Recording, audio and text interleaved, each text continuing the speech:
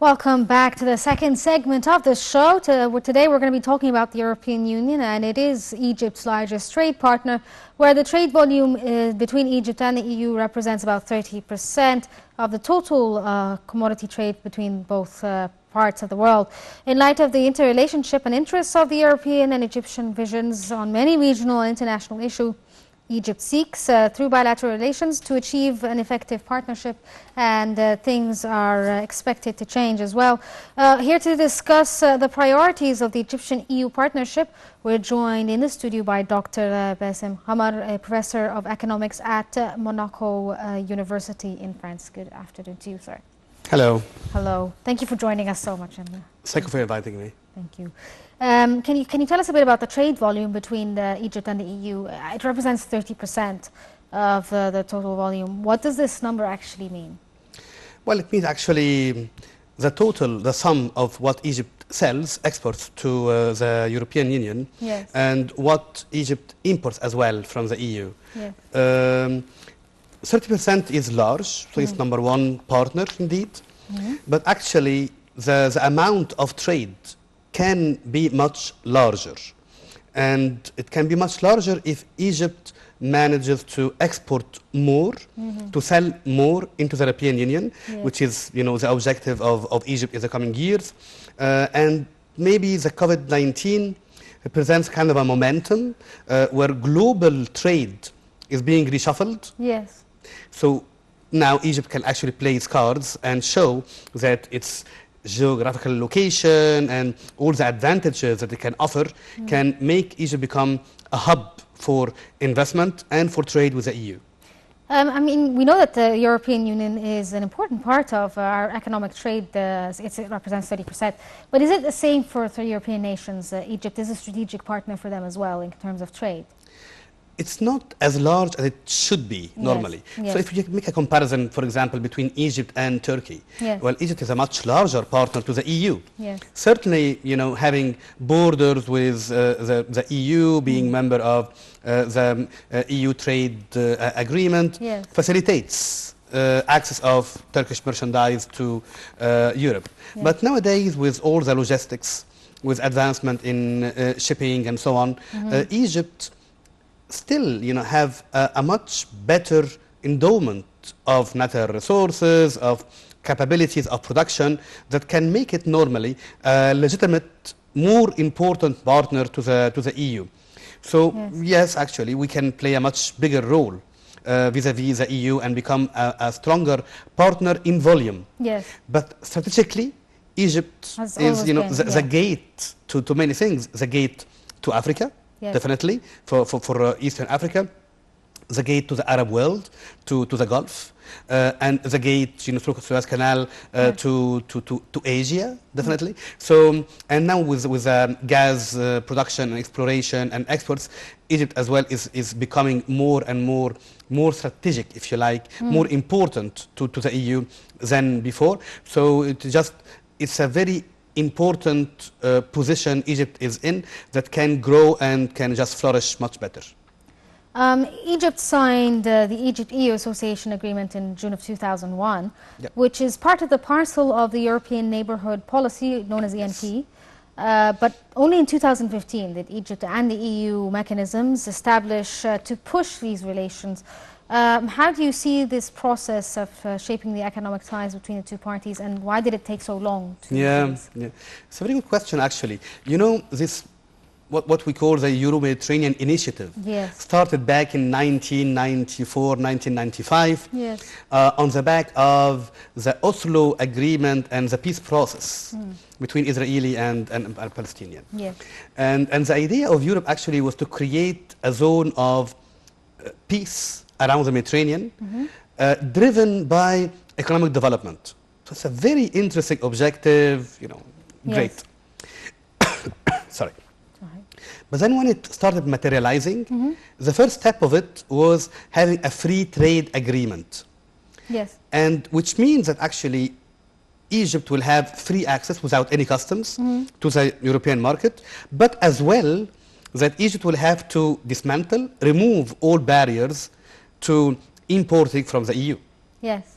And Egypt is a very large market. Talk about nowadays 100 million plus potential consumer, which actually made it more advantageous for the EU than for Egypt. Because Egypt already at some point, at some level, had this preferential access to the EU market even before the agreement. Yes. So what was the main kind of use of additional, except from showing stronger ties and deepening the relationship and attracting more foreign direct investment, European investment, to come to produce in Egypt for the European market, what we call the deep integration. Yes. So the idea was to try to, well, let's do this free trade area so we can attract foreign direct investors, maybe even from Asia or from wherever, to come and produce in Egypt for the European market. Yes. But it did not really play as we expected for many reasons. One of them is something very technical called rules of origin. So you have to show, for example, to have this free trade access to the EU, that something like 50% of the value added to a product was made in Egypt. Yes. So how can you capture it and so on? So it was not that easy for the producer actually. So the country will have a very nice agreement, but when you nail it down to the producer, they don't have the level of sophistication to prove that the value added is more than 50%. So they missed lots of opportunities.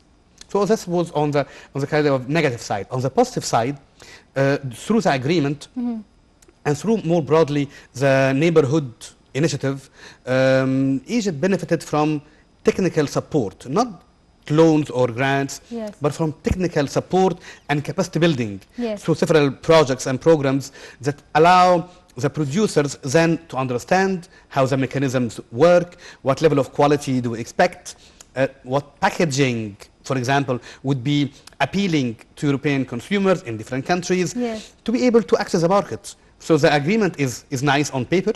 It can be very useful on the ground, but if you don't know how to make good use of it, you lose the advantage actually. Yeah, which brings me to the next idea. Is the government working on this in technical training when it comes to the large producers so that they can, show that this is 50% made in Egypt and, export their products to Europe? Well, the government tries to play the role actually, but there is maybe one issue. So we have very interesting associations and NGOs actually, government entities, just dedicated to this, increasing the awareness of producers and market players and allowing them to get the right capacity to export and to make use of the agreement. But maybe there is a lack of communication. When you go and speak to the producer, and we do some surveys for small and medium enterprises, for example, or even large ones, they don't know that such entities exist. They just don't know. If they just knew about it, and we have a promotion campaign, marketing campaign to tell them, well, if you want to export, go to this agency. If you want to export to the EU, they will guide you, they will help you, they will facilitate, make your life easier, kind of. So, but they just don't know that, and they say, well, I would love to export, but I don't know how. So lack of knowledge in this area of knowledge of the existing facilities is an issue. Other than, mass production, factories and all of that, when it comes to things like, local businesses or small businesses, like for instance, exporting local products from Siwa and things like that, do you think this has to do or is similar to like the idea of fair trade that you can see in other countries as well, like they get exports from a country and say it's fair trade, so the person that did this, it's a local business, they got the fair price. Is this something that's on the table as well? Absolutely. Actually, it's a global trend to have more, fair trade, fair production. But also there is a movement toward more engagement and involvement of minorities, if we can say it, like women in business, empowering women. And the issue is that women are actually on the job market, but they are informal. And then they don't have any social protection. They don't have any job protection. They can lose their job and then they lose their income. And this is a big issue, actually, that we all are aware of it, and we didn't really know how to handle it. Yes. So through this fair trade umbrella, if you like, there's many initiatives on trying how to involve women and empower women, and but not only women, you know, remote areas like you mentioned, Siwa or Upper Egypt. How we can make sure that those producers who are very talented, who have an exceptional product to sell and to promote, can have the right training, the right skills, be able to export and to promote and to get a fair revenue out of the production. Yes. So this is a full program that the EU is supporting through different entities. So, for example, aside from me being Professor of Economics at University of Monaco, yes. I am the Chief Economist for the European Bank yes. for Reconstruction and Development, which is one of the arms of the EU on promoting these values. How yes. can we make investment in Egypt greener, yes. more environmentally sustainable? Yes. How can we empower women? How can we access investment to remote areas? All these are European values that I try to promote through different NGOs and agencies, entities who are on the ground working in different countries, but also through multinational organizations yes. like the European Bank or the World Bank, IMF and else. On the sidelines of the Economic Development Conference that took place in Sharm el-Sheikh in 2015, a unified support framework memorandum was signed and the partnership priorities for 2017 to 2020 was adopted during the meeting between the EU and Egypt. Why is this partnership significant, and how does it differ from the previous signings that they've had? Well, it's just one step to try to formalize and deepen the relationship, and to, as you said, the previous initiatives were nice on paper, but they did not really fly high, you know. Yes. So how can we, through this new initiative, have commitments and serious steps that we design together with our partners, and we move forward step by step on trying to accomplish the agreement and to make it become, you know, fruitful yes. and enforce it and implement it on the ground. So this was actually how to transform what we have been discussing into concrete steps, concrete actions with concrete results, if you like. Which brings me to the next idea, that the main focus of the memorandum, as far as I understand, is that it was on Egypt, you know, sustainable modern development and social development. These are big words, but what do they actually mean? Yeah. So when we talk about sustainable development, you yes. know, you can produce and you can pollute by producing. Yes, exactly. And then, well, some producer will just make some wealth, and they will leave the country and the area polluted and inhabitable for the next generations, which is against human rights, if we can say it.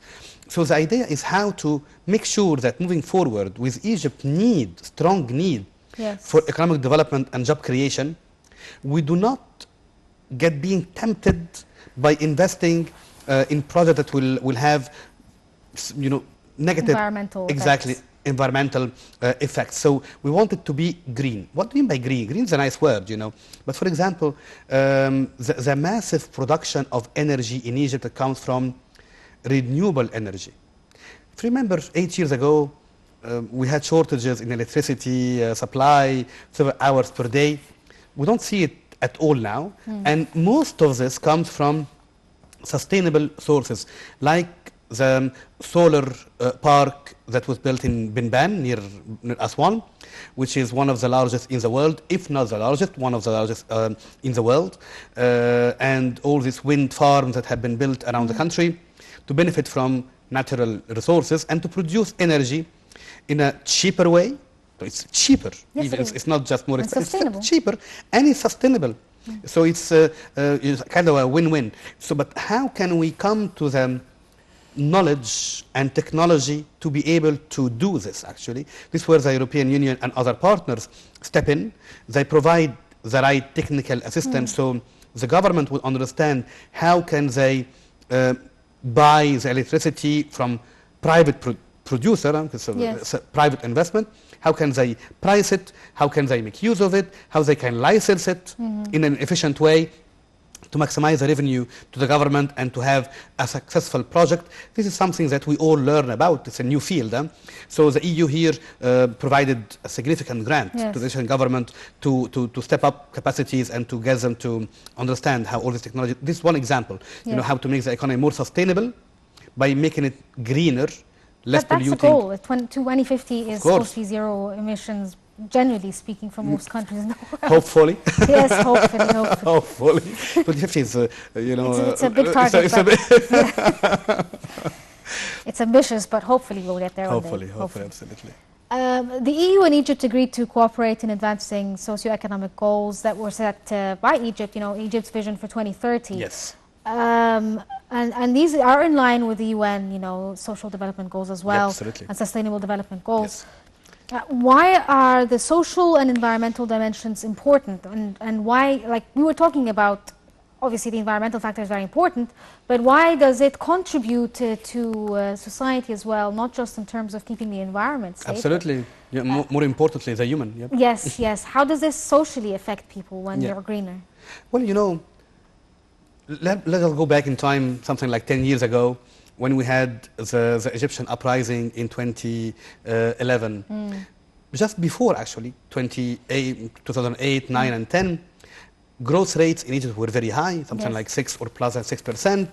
Debt was declining, so the macroeconomic situation was quite okay. Yes. And by international standards, the International Monetary Fund, World Bank, you name it, thought that Egypt was doing very well, actually, growing fast, employment is declining, but on the ground, in reality, poverty was very high. Poverty was high in remote areas. Wages did not increase despite this high growth. And then we had the revolutions in Tunisia, which was also doing quite okay on the macroeconomic level, and in Egypt. So it was kind of a surprise to the world and to international organizations to see, well, we thought things were okay. What's wrong? What is wrong is that this economic model, this growth model, creates wealth, but does not trickle down to the entire society. Yes. So it was a wake-up call to the entire world, actually, not only to our countries or to Egypt. So the model had been rethought. Well, if there is a failure and this growth is not generating wealth to everybody, how can we create this new sustainable model where actually human being is put up front? How can we make the largest part of the population better off, increase welfare, not through redistribution, but through providing them with decent jobs. Yes. A good job, well paid, in good normal working environment, that should be fine.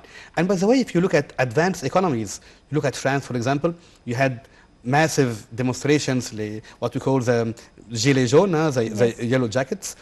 You look at the elections in the US, they voted Trump, and so you see that there is a discontent globally from the way the economic, macroeconomic level was managed.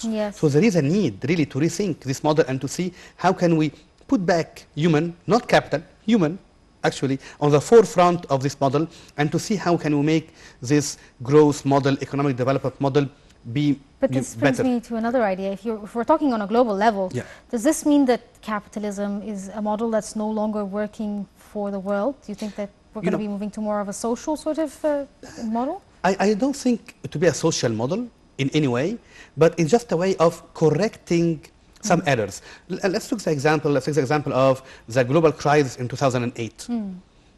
Banks kind of abused and started giving loans without double checking. It led to the collapse of banks, a banking system, a global crisis. Yeah, they were the ones who got saved in the end. I mean, the people that lost absolutely. People lost their jobs, lost their homes, kids were out of school. Exactly, the regular man. So it means that there is an issue. Yes. Not the entire capitalist system is wrong, but there are some failure, and the role of the state is to look at this and try to correct. Having more supervision, for example, having the right rules, regulations, laws, and enforcing them, and having accountability. So these are things that actually are needed to control those who might abuse the system. You cannot just let everything just completely free and liberalism to the extreme. No, you have to monitor, you have to be very careful. You have to put in place some restrictive laws and regulations to make sure that there is no deviation. Well, let's get back to the Egyptian-European relations. Egypt has succeeded to become a country of operations at the European Bank for Reconstruction and Development in coordination with EU institutions and member states, enabling Egypt to benefit from financial as well as technical support from the bank. What is the country of operation for the EBRD, and why is that important? I mean, this is a statement that's very broad, but most people won't understand. So I am actually the chief economist as the EBRD for the Middle East, what we call the South and East Mediterranean region. And this European Bank was created back in 1991 to upgrade, to upscale the East European countries to become market economies. They were just, planned economies, Soviet bloc, and to allow them to access the European Union at some point. So the kind of, the lifetime of the EBRD was something like 20, 25 years to bring all these countries up to the European level. But they acquired so much knowledge on how to promote market economies, make them well functioning and so on. But at some point they said, well, shall we now just shut down the EBRD and waste all this knowledge as it had been accumulated? And this was actually at the same time when in Egypt we had and other Mediterranean countries the Arab Spring, if you like. So they said, well, actually we can help our Mediterranean neighbors as we did with our East European countries. So let's just give them our expertise. And this started in 2012-13. Since then, EBRD invested in Egypt, quite substantially, something like 7 billion plus of investment. And because of Egypt's very interesting role in the global economy and in the region, Egypt became #1 country of operations, which means that Egypt gets much more investment than any other country of the EBRD. And this have been happening for the past 2 or 3 years, actually. So they managed to help and to provide, as you just said, technical assistance, not just giving loans. It's investment. It's investment in humans, in human and investment in private projects, investment in public government projects when it facilitates private investment. Because the main mandate of the EBRD is promoting private investment. So if you need, let's say, a desalination project to help private investment, EBRD will help building it. But it's not the motivation of to invest in public enterprise, if you like, but just to promote private investment. Yes, unfortunately, we're out of time. So Dr. Bاسم Qamar, a professor of economics at the Monaco University in France, thank you so much for joining us and enlightening us on this special relationship. Thank you for inviting me. Thank you. This brings us to the end of this episode of Cairo Local Time, but stay tuned for more on Nile TV.